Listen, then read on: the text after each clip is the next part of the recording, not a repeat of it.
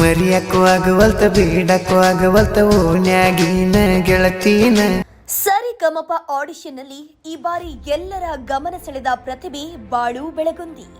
ಯೂಟ್ಯೂಬ್ನಲ್ಲಿ 12 ಲಕ್ಷಕ್ಕೂ ಹೆಚ್ಚು ಫಾಲೋವರ್ಸ್ ಹೊಂದಿರುವ ಬಾಳು ಬೆಳಗುಂದಿಯ ಪ್ರತಿಭೆ ಈಗ ಜೀ ಕನ್ನಡ ವಾಹಿನಿಯ ಮಹಾ ಆಡಿಷನ್ನಲ್ಲಿ ಎಲ್ಲರ ಗಮನ ಸೆಳೆದಿದ್ದಾರೆ. ಈತನ ದೇಸಿ ಪ್ರತಿಭೆಗೆ ಜಡ್ಜ್ಗಳು ಈಗಾಗಲೇ ವಾಹ್ ಎಂದಿದ್ದಾರೆ. ಈ ಜವಾರಿ ಹೈದ ಸ್ವತಃ ಆಂಕರ್ ಅನುಶ್ರೀ ಮೇಲೆ ಕವಿತೆಯೊಂದನ್ನ ಕಟ್ಟಿ ವೇದಿಕೆಯ ಮೇಲೆ ಹಾಡಿದ್ದಾರೆ. ಸರಿಗಮಪ ಆಡಿಷನ್ಗೆ ಬರುವ ಮೊದಲೇ ಇವರು ತನ್ನ ಫ್ಯಾನ್ಸ್ಗೆ ಪರಿಚಯ. ಸೋಷಿಯಲ್ ಮೀಡಿಯಾದಲ್ಲಿ ತನ್ನನ್ನ ಫಾಲೋ ಮಾಡುವವರ ಅಚ್ಚುಮೆಚ್ಚಿನ ಗಾಯಕ ಎಂದೇ ಹೇಳಬಹುದು. ಹುಟ್ಟಿದ ಊರಿಗೆ ಹೋದರ ನನ್ನ ಕಟ್ಟಿ ಬಡಿತಾರ. ಯಾರಿವರು ಬಾಳು ಬೆಳಗುಂದಿ? ಜೀ ಕನ್ನಡ ವೇದಿಕೆಯಲ್ಲಿ ಬಾಳು ಬೆಳಗುಂದಿ ತನ್ನನ್ನ ತಾನು ಪರಿಚಯಿಸಿಕೊಂಡಿದ್ದಾರೆ. ನಾನೇ 500-600 ಹಾಡುಗಳನ್ನ ಬರೆದು ಹಾಡಿದ್ದೇನೆ. ಯಾವುದಾದರೂ ಜನಪದ ಅಥವಾ ಜನಪ್ರಿಯ ಹಾಡುಗಳಿದ್ರೆ ಅದಕ್ಕೆ ನನ್ನದೇ ಸ್ಟೈಲ್ನಲ್ಲಿ ಹಾಡು ಬರೆದು ಹಾಡುವ ಅಭ್ಯಾಸ ಮಾಡಿಕೊಂಡಿದ್ದೇನೆ. ಕುರಿ ಕಾಯುವ ಕೆಲಸದ ಜೊತೆಗೆ ಸೋಷಿಯಲ್ ಮೀಡಿಯಾಕ್ಕಾಗಿ ಹಾಡುವೆ ಅಂತ ಹೇಳಿದ್ದಾರೆ.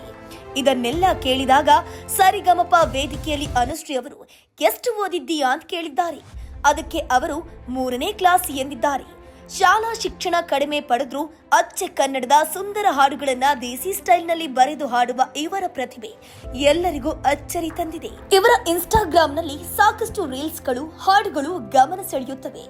ಇದರೊಂದಿಗೆ ಇವರ ವೈಯಕ್ತಿಕ ಮಾಹಿತಿಗಳು ದೊರಕಿವೆ. ಇವರು ಮಾಲಶ್ರೀ ಎಂಬ ಗಾಯಕಿಯನ್ನ ಪ್ರೀತಿಸಿ ಮದುವೆಯಾಗಿದ್ದಾರೆ. ಬಾಳು ಬೆಳಗುಂದಿ ಮೂಲತಃ ಹಾವೇರಿಯ ಕತ್ರಿಕೊಪ್ಪ ಎಂಬ ಹಳ್ಳಿಯವರು. ಇವರ ಶಾರ್ಟ್ ವಿಡಿಯೋಗಳು ಮಾತ್ರವಲ್ಲದೆ ಇವರ ಯೂಟ್ಯೂಬ್ ಚಾನೆಲ್ಗಳಲ್ಲಿ 100 ಜನಪದ ಶೈಲಿಯ ಹಾಡುಗಳಿವೆ. ಇವು ನಿಮ್ಗೂ ಇಷ್ಟವಾಗಬಹುದು. ಕೆಲವೊಂದು ರಚನೆಗಳು ನಗು ತರಿಸುತ್ತವೆ. ಬಾಳು ಬೆಳಗುಂದಿ ಅವರ ಚಾನೆಲ್ನಲ್ಲಿ 100 ಹಾಡುಗಳು ಜನಪ್ರಿಯತೆ ಪಡೆದಿವೆ. ಇವರ ಹಾಡುಗಳಿಗೆ 100,000 ಕಮೆಂಟ್ಗಳು ಬಂದಿರುವುದು ಇವರ ಜನಪ್ರಿಯತೆಗೆ ಸಾಕ್ಷಿ ಬರೆದಿದೆ. ಇದೇ ಸಮಯದಲ್ಲಿ ಚಾನೆಲ್ನಲ್ಲಿ ವೃತ್ತಿಪರವಾಗಿ ವಿಡಿಯೋ ಹೊರಬಿಡುವುದು ಇನ್ನೊಂದು ಹೆಚ್ಚುಗಾರಿಕೆ. ಜೊತೆಗೆ ಇವರ ಟೀಮ್ ಕೂಡ ಇವರಿಗೆ ಸಾಥ್ ನೀಡಿದೆ. ಇವರ ಪತ್ನಿ ಮಾಲಶ್ರೀ ಕೂಡ ಇವರ ಬಹುತೇಕ ಹಾಡುಗಳಲ್ಲಿ ಮಿಂಚಿದ್ದಾರೆ.